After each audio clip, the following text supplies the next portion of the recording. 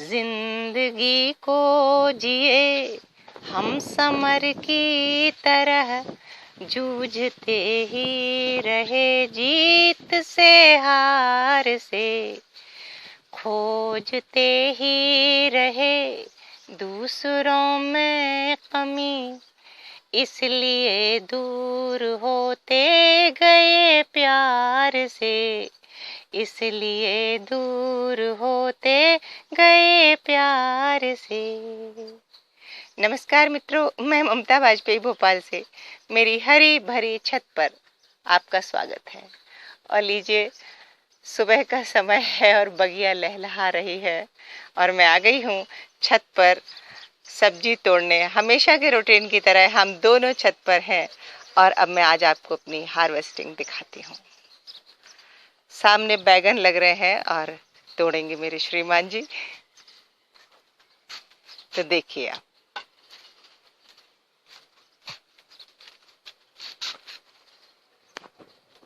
ये सफेद बैगन है, मैंने बहुत पिछली बार भी कई वीडियो में ये दिखाए हैं। ये एक फला है, वैसे ये गुच्छों में फलते हैं। दूसरे पेड़ में मैं दिखाऊंगी अभी आपको। देखिए आप, इसमें गुच्छे में फले हैं और इससे पहले एक बार ये फसल हम तोड़ चुके हैं और इस पेड़ पर चींटियों ने भी हमला किया था और मुझसे बहुत लोगों ने पूछा था। एक बार देखिए आप पहले। ये खाने से ज्यादा देखने में अच्छे लगते हैं, वैसे स्वाद में भी बहुत अच्छे हैं, भरवा बनाने में बहुत अच्छे लगते हैं। तो चींटियों पे हमला किया था, चींटियों ने हमला किया था इस पेड़ पर। तो मैंने वही देसी जो अपने कपूर की टिकिया गड़ाई थी, थोड़ी दालचीनी भी छिड़की थी। हालांकि मरती नहीं है चींटियां, पर वो इधर से उधर दूसरी क्यारी में शिफ्ट हो जाती हैं। इस बीच पेड़ को इतना समय मिल जाता है कि वो अपने फल उगा सके। और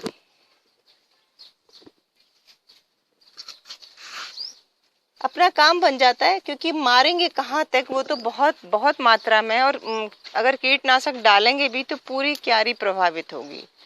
तो चलिए कुछ और दिखाती हूँ हार्वेस्टिंग। बैगन तो कुछ कल के टूटे रखे हैं और कुछ ही हमने थोड़े से तोड़ लिए हैं। कल मैं वीडियो नहीं बना पाई थी, आज मुझे लगा कि सब्जी टूट रही है तो चलो वीडियो बना लेते हैं। कुछ और सब्जी भी है, देखिए।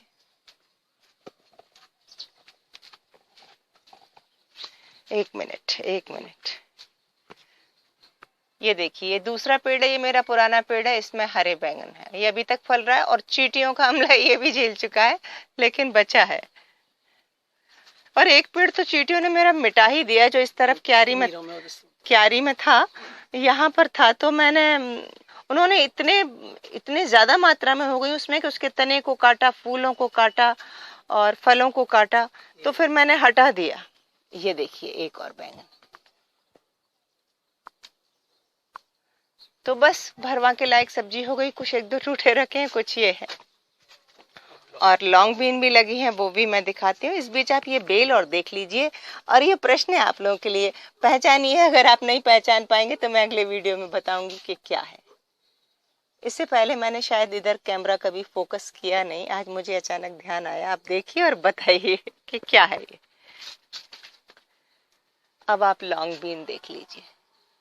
और इसमें माऊ लग रही है। आप लोग कहते हो ना कि काली माऊ लग रही, मेरे में भी लग रही है। तो अभी तो मैं क्या करती हूँ, जिस पाइप से पानी दे रही हूँ उसके प्रेशर से धो देती हूँ और हाथ से रगड़ के साइज। और देख लीजिए आप, ये लॉन्ग बीन होती है इतनी लंबी। तो मैं क्या करती हूँ कि पानी जिस पाइप से देती हूँ उससे प्रेशर से काफी कुछ तो उससे छुटा देती हूँ। एक लकड़ी ले लेती हूँ हाथ में, उससे रगड़ के हटा देती हूँ तो वो नीचे गिर जाती है। उसके बाद फिर मैं नीम ऑयल छिड़क देती हूँ, क्योंकि ऑर्गेनिक पेस्टिसाइड जो भी होते हैं, मैं बार बार बताती हूँ, वो कीटनाशक नहीं होते, बस उससे कीट थोड़े डिस्ट्रैक्ट हो जाते हैं। तो जो लोग नए हैं और जिन्हें इन समस्याओं से सामना करना पड़ रहा है, वो चाहे तो शुरू में अभी एक आध बार वो कोई भी केमिकल स्प्रे कर सकते हैं, जब तक कि फसल फली नहीं है उससे पहले तक। नहीं तो फिर वही बात है कि घर पर उगाने का क्या मतलब। तो अब जब हम ऑर्गेनिक करते हैं तो कुछ हमारे हिस्से में आती है, कुछ कुछ कीट पतंगों के उसमें जाती है। एक मिनट आप और देखिए।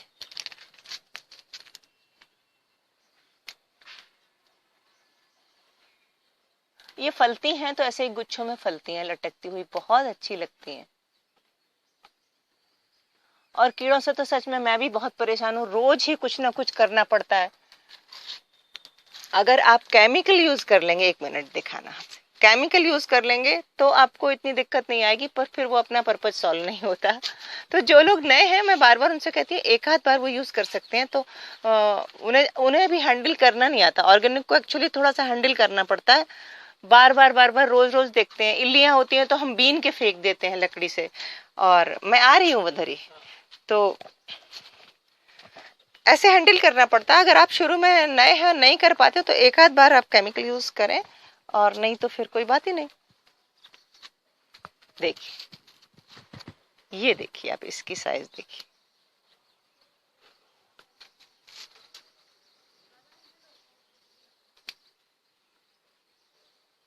10-12 फली हो जाए तो सब्जी हो जाती है। कुछ हम खाएं, कुछ कीट पतंगों के हिस्से भी, और इस तरह काम चल जाता है। ये बिल्कुल नहीं होता कि आप ऑर्गेनिक कर रहे हैं और कीड़े नहीं हो। आप बागवानी करते हैं तो ये एक पार्ट है। जैसे ही आप पौधे बड़े होते हैं, फल पे आते हैं, कीड़े लगते हैं, और कीड़े कम लगे इसके लिए मैं एक उपाय बताती हूँ कि आप मिट्टी बहुत स्वस्थ बनाएं।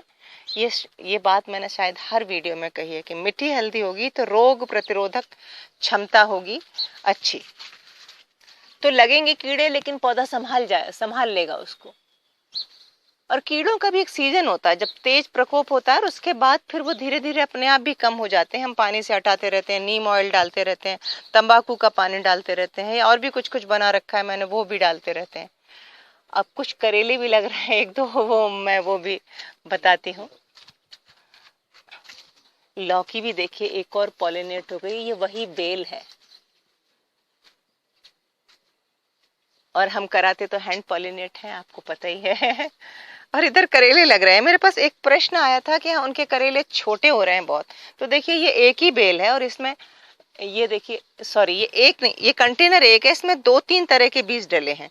तो ये देखिए, इस बेल में ये लंबे आ रहे हैं, इसमें भी लंबे हैं, और ये देखिए छोटे हैं।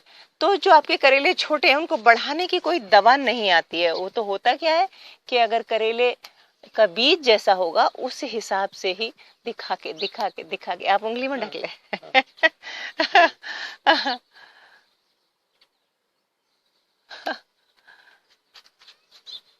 एक कमेंट आया था कि सर जी बहुत जल्दी तोड़ लेते हैं और वो फ्रूट को देख ही नहीं पाते, देखना चाहिए, तो मैं इसीलिए टोक रही हूँ। सर जी को हार्वेस्टिंग बहुत अच्छी लगती है, हार्वेस्टिंग मैं कभी नहीं करती।